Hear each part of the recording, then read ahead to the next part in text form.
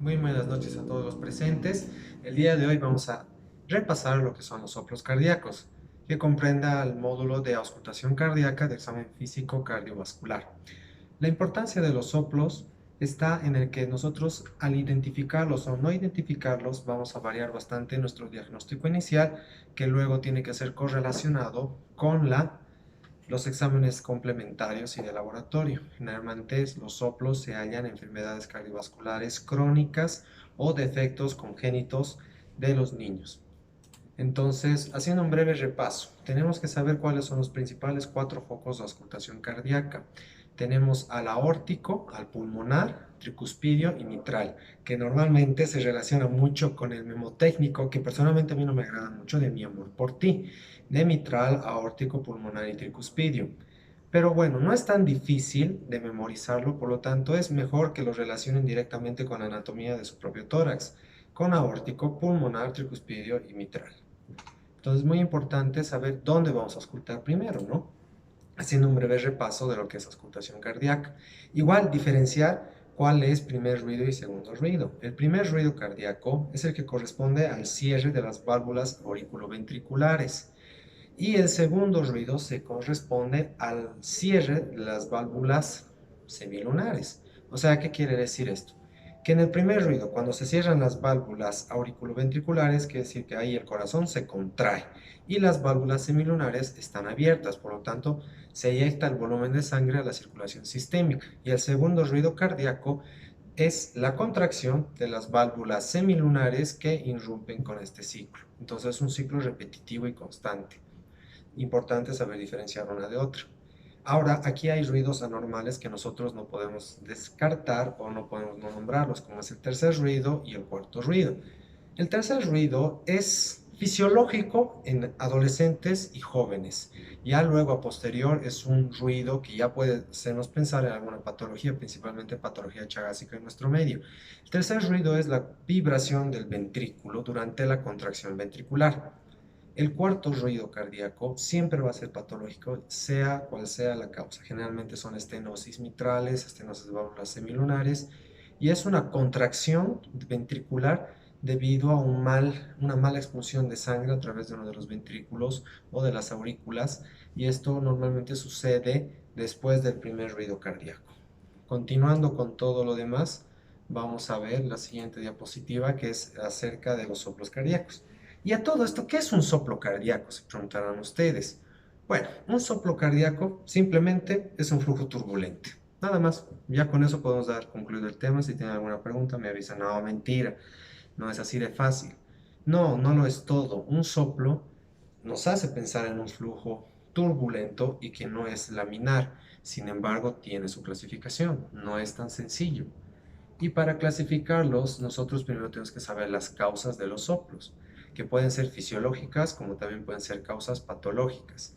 Entre las fisiológicas, usualmente cuando nosotros, digamos, tenemos taquicardia, puede darse un soplo, o en pacientes que tienen anemia, debido a que la sangre al tener pocos glóbulos rojos tiene que trabajar mucho más, entonces puede originarse un soplo.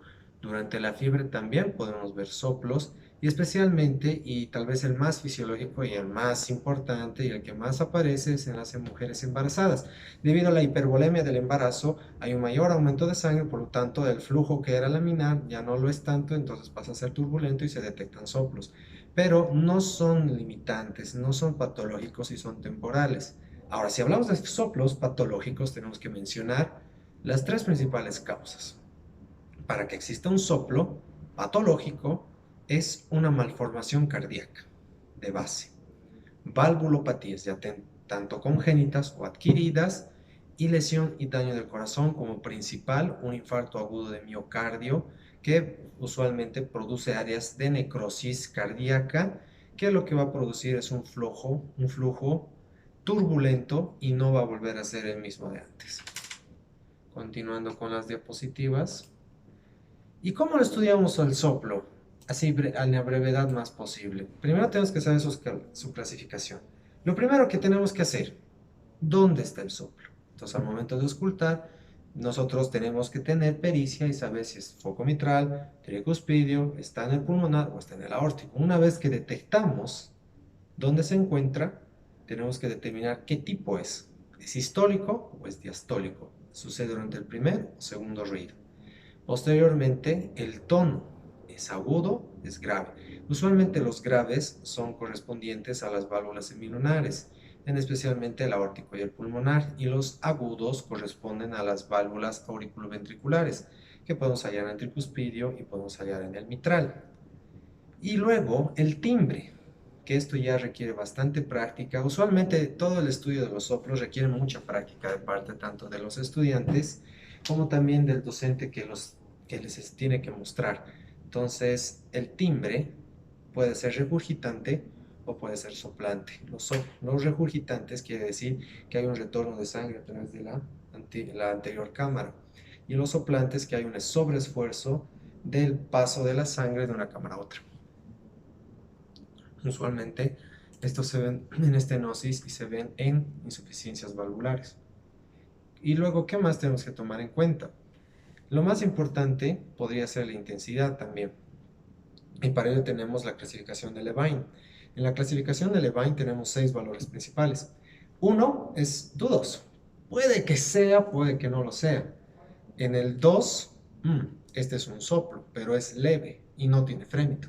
Frémito es un soplo palpable. El 3 de 6 es un soplo fuerte, pero no tiene frémito.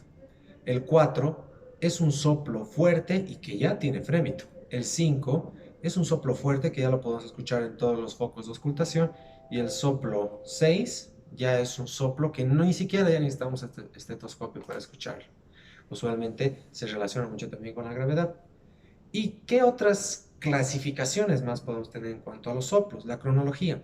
Bueno, el tema de la cronología es muy complicado hacerlo a través de un examen físico normal. Hoy en día tenemos múltiples estudios que nos lanzan datos más precisos respecto a la cronología de un soplo, como es la fonoaudiometría del corazón, fonografía, y también el mismo ecocardiograma nos muestra cuáles son los puntos exactos de la contracción, tanto sistólica o durante la diástole, en los cuales se produce este fenómeno. Entonces, hoy en día es complicado detectar un soplo y más aún clasificarlo a través de una cronología con el simple oído. Sin embargo, muchos maestros de la cardiología aún así lo realizan, pero básicamente se correlaciona de la siguiente forma. Cronología realmente nos relacionamos con proto, meso, tele y holo. Proto significa al comienzo. Puede ser protosistólico, protodiastólico. De igual forma, con el meso, que significa la mitad, puede ser un soplo mesosistólico, mesodiastólico. Luego tenemos un tele, que significa al final, que puede ser telesistólico, telediastólico. Y finalmente los soplos holo, o pan, que significa durante todo el ciclo, son los soplos holo pan sistólico, holo pan diastólico, y etcétera. O sea, usualmente ambos son lo mismo, porque se escucha durante todo el ciclo. Entonces, básicamente de esa forma nosotros tenemos que evaluar como el soplo, los soplos del corazón. Es muy fácil decirlo, pero es muy complicado llevarlo a la práctica. Hay que tener bastante orden y no hay que olvidarnos que nosotros primero debemos hacer un lavado de manos, asepsia, antisepsia, presentarnos al paciente, hacer el examen. Durante el examen de físico cardiovascular, buscar estos soplos nuevamente. Hay que escucharlos en cada foco. Hay que determinar primero qué timbre tienen, qué tono tienen, posteriormente qué tipo es. Ya después podemos buscar la intensidad y finalmente su cronología, lo cual nos va a llevar a una hipótesis diagnóstica que nos puede hacer pensar en una de las diferentes patologías que producen este soplo. Como ya dijimos, puede ser una valvulopatía, una malformación cardíaca o pueden ser secuelas de una lesión cardíaca, ya sea reactiva, inflamatoria o necrótica, ya sea por un infarto de miocardio. Y nunca olvidar la práctica. Es muy complicado encontrar soplos en pacientes jóvenes que no tienen ningún problema de enfermedades. Un paciente joven de 23 años de edad que hace deporte, puede ser que se encuentre algún soplo, más que todo porque los deportistas tienen aumento del volumen del corazón y también un aumento del flujo sanguíneo. Embarazada con soplo, puede que sea fisiológico. Un niño de 10 años pálido, desnutrido y que tiene soplos, puede que sea algún tipo, puede que no sea fisiológico simplemente, puede que ya se correlacione con alguna formación cardíaca. Entonces, nuevamente recordarles, Esto requiere mucha práctica, no es algo fácil de evaluar, no es algo fácil, tal vez la parte más complicada para los estudiantes en el momento de realizar un examen físico cardiovascular, pero simplemente requiere bastante práctica. Y bueno, como diría el maestro Yoda, que la fuerza te acompañe siempre, o también lo diría el maestro Obi-Wan. Nada más me despido y que les vaya muy bien en sus prácticas.